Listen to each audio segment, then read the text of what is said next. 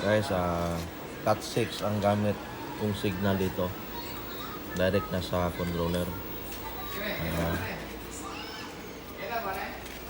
Yung app dito. Dire lang isa. Pwede pigapon siya og tangan ninyo kanay. Dito kanay. So kanay siya 4 channel lagi na siya. Pindin mo asa nimo i-assign. Pindin mo kanay siya. 4 channel ra yang ano ni. So para anak ko ako dito na. Ibot. Wala. Ako balik. Okay, para sa kayo. Para mo reading naman ang isa ko. Pila kasi ka balik na.